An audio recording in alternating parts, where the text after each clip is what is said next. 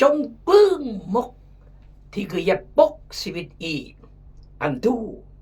พระเยซูบอกถ้าบ่อาความเชื่อน้ำกลองละตโลบ่จิสโลมกก็เบื่อนและบ่จิมอกอันมกกีง่ายดูยับดาทะเลก็เบื่อนมกกนี้ก็ยัดปกชีวิตอีมกมาที่ไปสู้มอกอันอาความเชื่อและก็จีดูอยู่ครุบดับทะเลกายเฮียนพรมโยกายเนื่องพรมโยสัชีวิตมนุษย์อมกเมื่อแน่ยับดาเหี่ยมอีถ้าอีอหมดประตูมกกนี้แล้วก็จะปกอีมกกนี้จะปกอี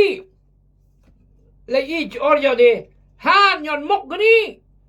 พี่น้องเอ้ยขอพระเจ้าเมตตาอีที่อีจิประตูมกกนี้กี้กลวงเฮียมีจัดนกจัดมก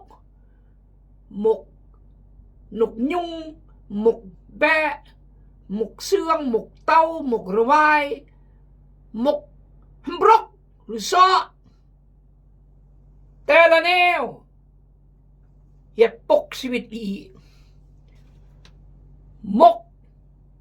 นกยุงมกเป็นคือขี้องมกซอมกบรามโจมตีเบรียงนุ่งสลายมาห้าวแปกกวักปากความเก่าพิษกันมันองค์โกดเต็มลายเลยกุ้งกับหมูเนี่ยสอกกว่าระองมกแบะตื้อนั่นยอมมันแต่งมันหาเอือกยาสารเอือกต่อยมกเสื่องตู้นั่นที่ยำเจอที่ยำเฮี้ยงที่ยำเห็นแก่ตัวที่ยำสัตว์ซื่อที่ยำตู้นั่นต่อยมกเต่ายากอัมสลาดมันเพียงเราอัมเตก็เบิกกังเตเมรมังก็เบิกกังเมเฮรเมสลาดก็สลาดเมอันเปิดเพื่อโอให้ยมอกให้ยเตือนให้ยตีนให้ยเล่าโอกี่ก็มวยมกระบายบ้าฮือโอแกงโอกาแต่งเบื่อมัวเมื่อเรามาดิกรำลางจุงกูลมัดเมเนอร์โอเมื่อเย่เนอร์โอเมื่อต่อยมกมาเปรียบเหมือนคนลอกลวงตัวต้มลากเลิศขี้ลบปลอยในมกก็ยัดปกชีวิตอีมกก็ยัดปกชีวิตอีแต่ตระกัดเสด็จมาคริสเตียนถ้าอีอำนงพญาติอีปัญหาอีสายอีอมกนำมือหน่วยซึ่งเราคิดว่าจัดหน่วยที่แท้มากกว่านี้ที่จะเฮียนเนื่องประโยชน์ดะมือสิกีครอสมาเลก่อนกมุนตุสรีลุยจำหลักจำวนยับดะลาวไทยจีนเวียดนามอเมริกาแคนาดาฝรั่งเศสขอบใจบอกกดแชร์กดไลค์และคอมเมนต์รายการชีวิตกี้น้องเอาวังพยายามเจาะจิ้มชีวิตเด็กอีลุยจำวนเพื่อนชีวิตอีเนื่องเลยเข้าใจสัพพระคัมภีร์บอกมาและพระคัมภีร์ต้องการอันอีเข้าใจและอันอีเนื่องและอีเงาะอันอีเกิดและอีอาการเปลี่ยนแปลงอีจินเปลี่ยนแปลงอีจิเงาะจึงเกิดก็ต้องมาอีเนื่องและอีเข้าใจถ้าอีเนื่องเอ็มเข้าใจก็เงาะก็มันเกิดเหมือนสมัยองค์มุตหาน50 ปีพี่น้องจุดนึงทหารแย่รุ่นโอนี่หมดระเบิดมั่งกายห้อยทหารอเมริกัน CIA กูอิน no don't do that ทำนองนี้แหละเดี๋ยวผมนึงเขาลองคิดหาแตงอันตรายเอ้ย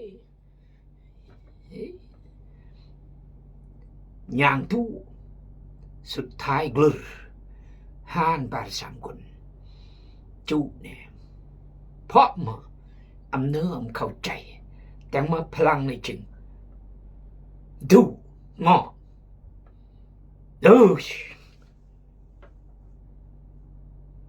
เพราะหน่อเนื่องและเข้าใจสักอันตรายการอีถึงห้อยระเบิดพวกกี้ห้อยก็เสี่ยงที่สุดเสี่ยงที่สุดฉะนั้นชีวิตอี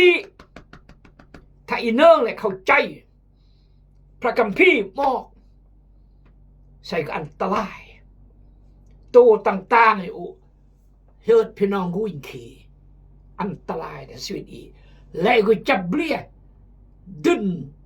ตีกรังนี่และแม่นมือรวยมานสตานไปจำให้ยมนุษย์เบี้ยทรุอันแตงแนวสัวอันแตงแนวอมเลอลากเลยโลภเป็นคือขี้องเห็นแก่ตัวมสัตว์ซื่ออันโอละในมีโอละนี่อ่ะโอละนี่มีโอละเอาพื้นเอาอย่างในอย่างเรื่องเปลี่ยงครอนโออาเบออามาอารามางดงดังห้างนี้โอ้ยฉะนั้นมกแต่ละมกยัดชีวิตอีกจะต้องกำจัดพระเจ้าจะกำจัดเบื่อจะจอยอิมอดประดูตะมืออันความเสื่ออันจำเป็นมากไปสู่แล้วนางกลองตลูแล้วมกนิจดู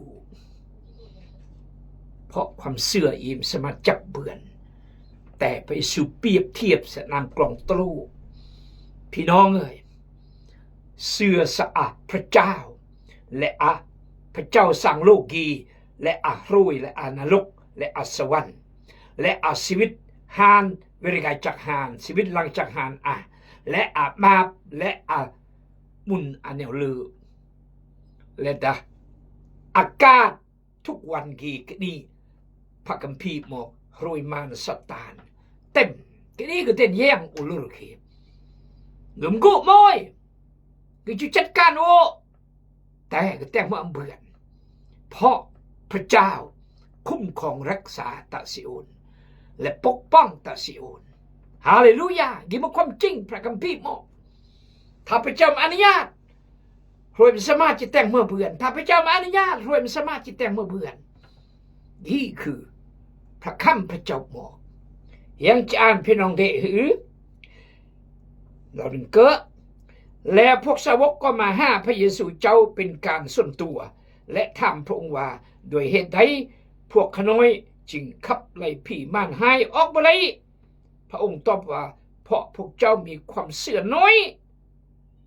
เพราะพวกเจ้ามีความเสื่อน้อยเฮาบอกพวกเจ้าตามความจริงว่าถ้าพวกเจ้ามีความเสื่อท่อเม็ดผักกาดพวกเจ้าก็จะสั่งผู้หน่วยนี้ว่าจงเคลื่อนจากบ่อนนี้ไปอยู่บ่อนนั้นและมันก็จะเคลื่อนไปบ่มีสิ่งใดที่พวกเจ้าเฮ็ดบ่ได้เอเมนฮาเลลูยาเคลื่อนย้าย remove the mountain from your heart remove the mountain from your life ยกประตูยูดประตูกลึงประตูขอสมาเตะประตูแต่จะต้องอาศัยความเสื่อต้องเสื่อโอเขียนสุภาษิตพี่น้องจุนึงบอกเขียนอย่างว่าถ้าผู้นั้นอยู่ในพระคริสต์ชีวิตจะเปลี่ยนแปลงถ้าผู้นั้นอยู่ในศาสนาคริสต์ชีวิตจะเหมือนเดิมถ้าผู้นั้นอยู่ในพระคริสต์ชีวิตจะเปลี่ยนแปลงแต่ถ้าผู้นั้นอยู่ในศาสนาเยซูคริสต์ชีวิตจะเหมือนเดิม10 ปี20 ปีก็เหมือนเดิมเพราะอยู่ในศาสนาเยซูคริสต์บ่ได้อยู่ในพระคริสต์ ถ้าชีวิตผู้ใดอยู่ในพระคริสต์ชีวิตจะเปลี่ยนแปลงใหม่อย่างสิ้นเชิงแต่ถ้าผู้ใดเชื่อศาสนาเยซูคริสต์ชีวิตจะเหมือนเดิม If anyone is in Jesus Christ his life will be changed but if anyone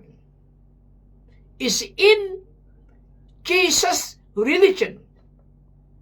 his life and her life will not change will remain the same will remain the same because he and she were not in Jesus Christ but in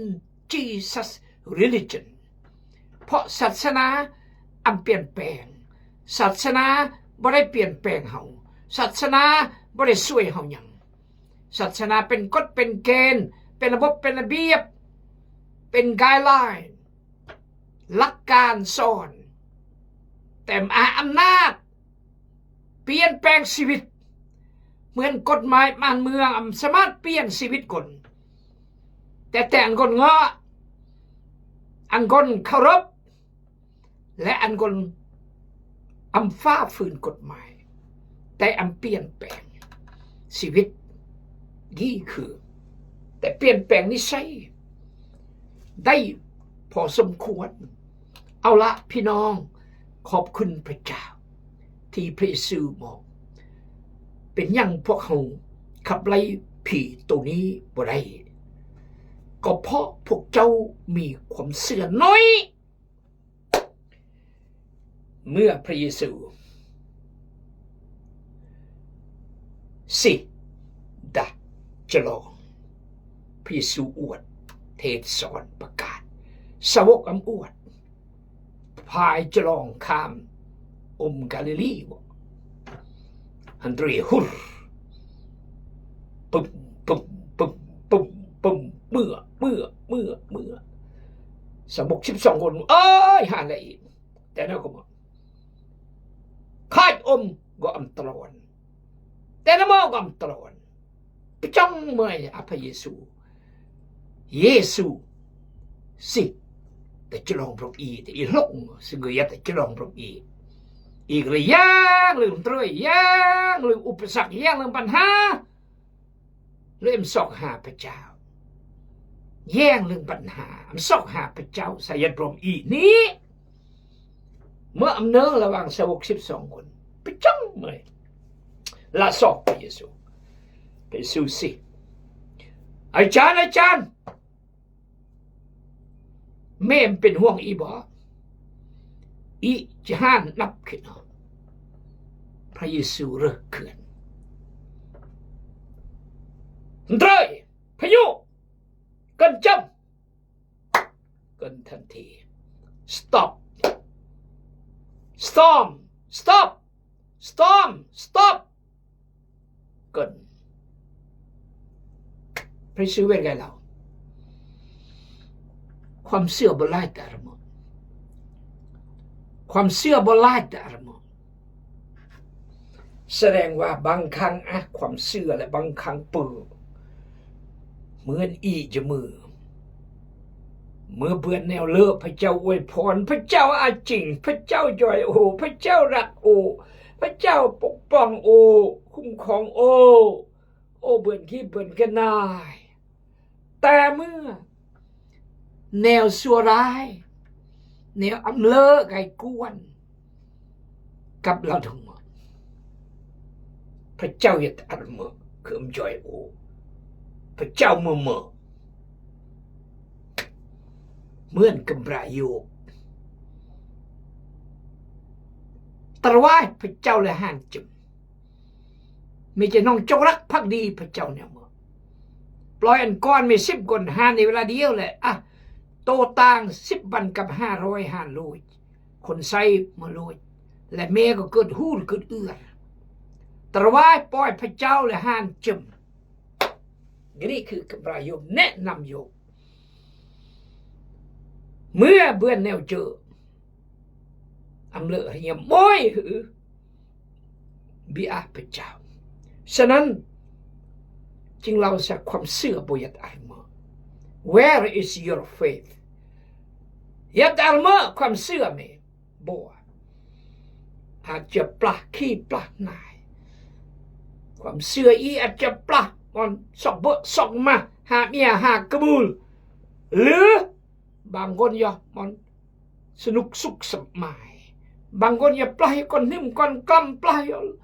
วัตถุสิ่งของเอาไปจับปลาเมื่อบุบปัญหาก็เลยแก้มตกแล้วก็เวทกันตรงเสียพระเจ้าเพราะมาความเสื่อยัดอัลเมอยังจะอ่านพี่น้องเดอุกอยุลคีอันนั้นมกพี่น้องเฮียนรำยอมกเห็นแก่ตัวมกขี้ค้านมกขี้ทีมกขี้อวดขี้องขี้คุยมก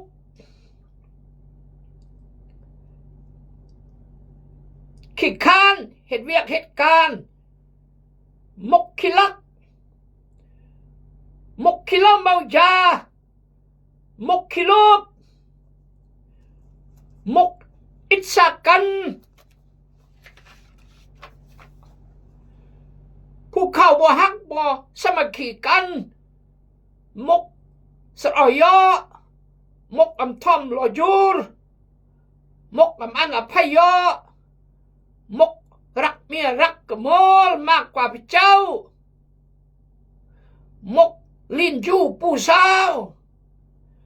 มกลินเมียเจียพายมกอำจุอธิษฐานอ่อนวอนมกอำจุยอนนมัสการมกอำถวายกบูลพระเจ้าเดอามากมกต่อยอมกบุอาอารมณ์มกร้ายมกเรามกจุกุลมกจุกุลมัดความเสื่อนามกลองตรูพวกยีจะดูโรยอีเรื่องพระเจ้าแล้วอีเสือพระเจ้าแล้วอีมือกรพระเจ้าแล้วแต่อีน้องรักษามากมกอุณชีวิตอีมกกรานมกเห็นแก่ตัวมกอำสัตย์ซื่อมกขี้ที่มกขี้ลักมกอำรักยอมกสรอยอมกอำภัยยอมกเห็นแก่ในไล่แก่กินมกขี้เหล้าเมายาลินสู้ผู้สาวมกเอื้อกยามายาซารมกเป็นคือขี้องค์จงห้องจะต้องหนีจากชีวิตเรานี่คือพระเยซูเราถ้าพวกบ่ความซื่อสิ่งนี้จะดูจากชีวิตอีกเสื่อพี่น้องความเสื่อคือความแน่นอนใจในสิ่งที่วางไว้เป็นสิ่งตายใจในสิ่งที่บ่เห็นกับตาแต่มีจริง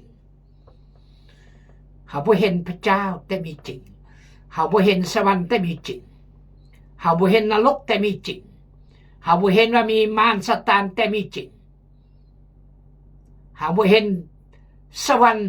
ปูด้วยทองคำแต่มีจริงเป็นยังที่ว่ามีจริงเพราะมีเกิดและมีแก่และมีเจ็บและมีตาย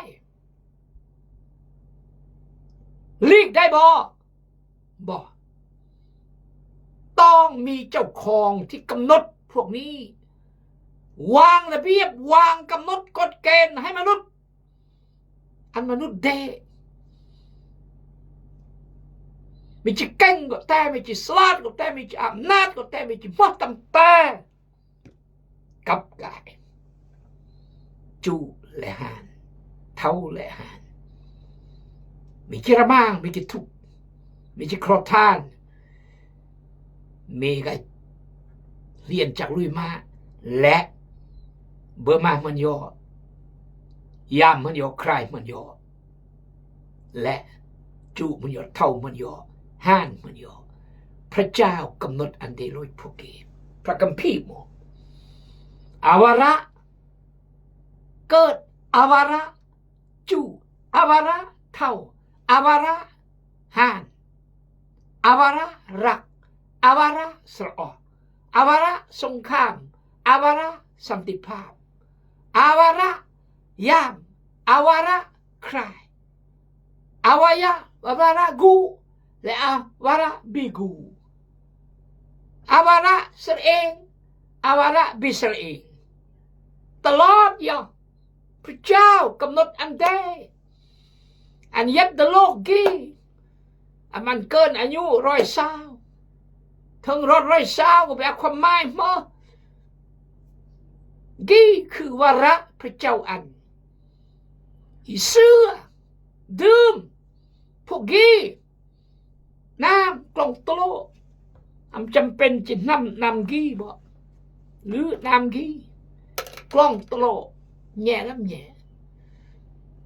แต่มากบัดอีเสือ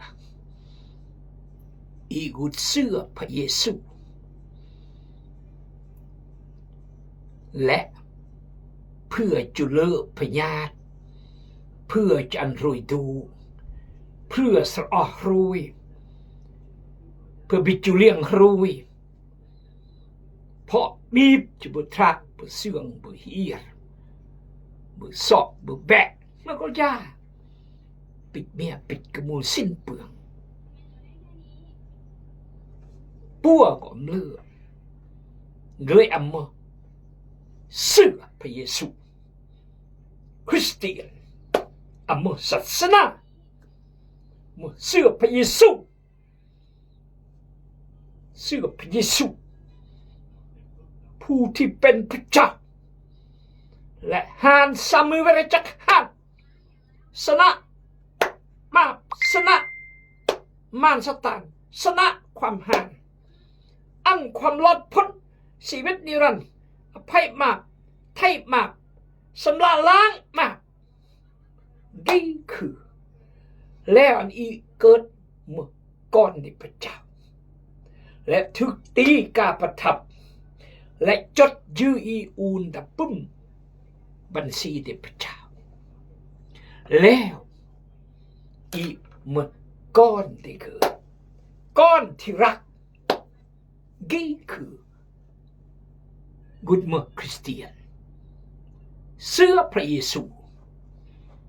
ยัดพระคริสต์เหมือนปลูเราแล้วเราอีก2 โครินธ์บท 5 ข้อ 17ถ้าผู้ใดอยู่ในพระคริสต์ผู้นั้นจะถูกสร้างใหม่สิ่งเก่าๆก็ล่วงไปเบิ่งแม่กลายเป็นสิ่งใหม่ฮาเลลูยามากบัดเอี่ยมกลายเป็นสิ่งใหม่ยังเป็นสิ่งเก่าแนวคิดเก่าหรือเยื่อมเก่ารอสโรเก่าแนวเบอร์แนวมาเก่าเพราะเอี่ยมยัดพระคริสต์อีเพียงแต่เสื้อศาสนาเยซูคริสต์สกีกัลจากย่อๆตะเสื้อศาสนาเยซูย่อยเมืองเบือนแต่เสื้อเยซูและยัดพระเยซูแต่ยัดศาสนาคริสต์แต่กล้อยซองกังแคนหวยมาความหมายมั้งแต่อยู่เด่นตะโบดเพราะมุศาสนาแต่อยู่แต่งคริสต์มาสเพราะมุศาสนาขอพระเจ้าเมตตาอียังไม่รอบบารรอบพระเจ้าอวยพรอาเมน